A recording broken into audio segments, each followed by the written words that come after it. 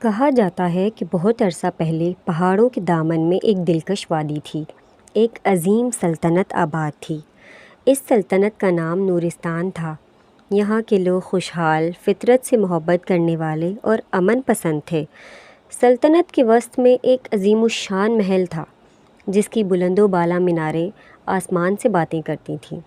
یہاں بادشاہ ادیب اور ملکہ حنان حکومت کرتے تھے، نیک دل، دانا اور اپنی رعایا سے بے حد محبت کرنے والے۔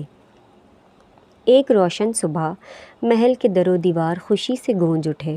ملکہ حنان نے ایک خوبصورت بچی کو جنم دیا، جس کا نام رکھا گیا نورین، مطلب روشنی کی رانی۔ اس کی پیدائش پر پورے ملک میں خوشی منائی گئی۔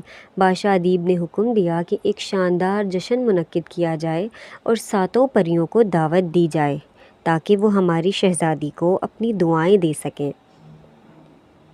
جشن کی رات محل کے صحن کو دیپوں سے سجا دیا گیا۔ آسمان سے ستارے نیچے اتر آئے معلوم ہوتے تھے۔ جب 7 پریاں چمکتی روشنیوں میں ظاہر ہوئیں، ہر پری ایک خاص دعا اور تحفہ لے کر آئی۔ پہلی پری لبنہ پری آگے بڑھی اور کہا، میں نورین کو حسن عطا کرتی ہوں جو پھولوں سے بھی نرما ہوگا۔ پھر دوسری پری رائلا پری بولی، میں اسے دانائی عطا کرتی ہوں تاکہ وہ ہر فیصلے میں روشنی تلاش کرے۔ پھر تیسری پری مہربان نے کہا، میری طرف سے اسے ہمدردی ملے تاکہ وہ دوسروں کا دکھ محسوس کر سکے۔ پھر چوتھی پری امن پری آگے بڑھی اور نورین کے اوپر چمکتی سفید روشنی برسائی۔ یہ تیرے دل میں سکون قائم رکھے گی، چاہے دنیا ہل جائے۔ پھر 5ویں پری کی باری آئی۔ 5ویں پری ہنر پری نے سنہری دھاگے سے فضا میں نقش و نگار بناتے ہوئے کہا، تخلیقی صلاحیت تیرا زیور ہوگی۔ 6ٹھی پری فطرت نے کہا، قدرت تجھے اپنا دوست بنائے گی، پرندے، جانور، درخت سب تجھے چاہیں گے۔ لیکن جیسے ہی 7ویں پری سفیرہ اپنی دعا دینے کو آگے بڑھی، فضا میں کالی آندھی چھا گئی، تیز ہوائیں چلنے لگیں اور اندھیرے میں ایک خوفناک عورت ظاہر ہوئی۔ یہ تھی زارما، ایک بھولی بسری جادوگرنی جسے دعوت نہیں دی گئی تھی۔ زارما نے قہر برساتی نگاہوں سے نورین کو دیکھا اور چیخی، جب یہ لڑکی 16 سال کی ہوگی، ایک سونے کی سوئی کو چھوئے گی اور ہمیشہ کے لیے نیند میں چلی جائے گی۔ پھر کیا؟ سب پریشان ہو گئے۔ بادشاہ اور ملکہ کانپ اٹھے، لیکن 7ویں پری سفیرہ نے آگے بڑھ کر اپنی چمکتی روشنی سے نورین کو گھیر لیا۔ اگر وہ سو بھی گئی تو سچا پیار اس کی نیند توڑ دے گا، یہ میری دعا ہے۔ زارما غائب ہو گئی۔ بادشاہ نے ملک بھر میں اعلان کروایا کہ ہر سوئی اور چرخے کو جلا دیا جائے۔ سب نے اس حکم پر عمل کیا۔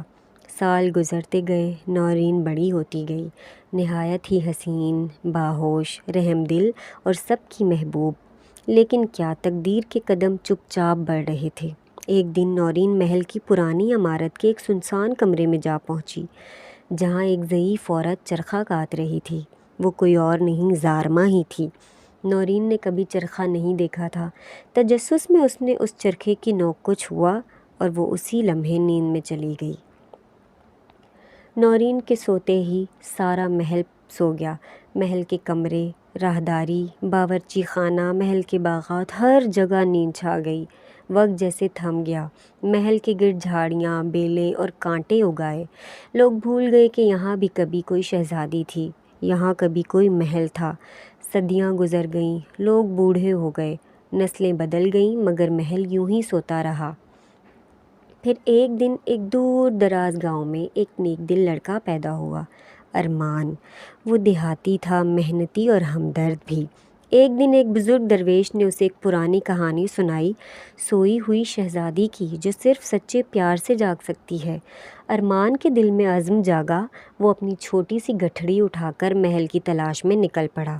گھنے جنگلوں، اندھیری وادیوں اور خطرناک کانٹوں سے گزرتے ہوئے وہ اس محل تک جا پہنچا جو جھاڑیوں میں چھپا ہوا تھا۔ ارمان نے بیلوں کو ہٹایا، دروازے کو کھولا اور محل کے اندر داخل ہوا۔ وہاں وقت رکا ہوا تھا۔ سپاہی، خادم سب نیند میں تھے۔ ہر طرف سکوت چھایا ہوا تھا۔ بالآخر وہ شہزادی کے کمرے تک جا پہنچا۔ نورین سونے کے بستر پر لیٹی تھی، چہرے پر روشنی جیسے چاندنی کا عکس ہو۔ ارمان اس کے قریب گیا، دل سے کہا، تم اکیلی نہیں ہو، میں آیا ہوں۔ یہ الفاظ جیسے جادو بن گئے ہوں۔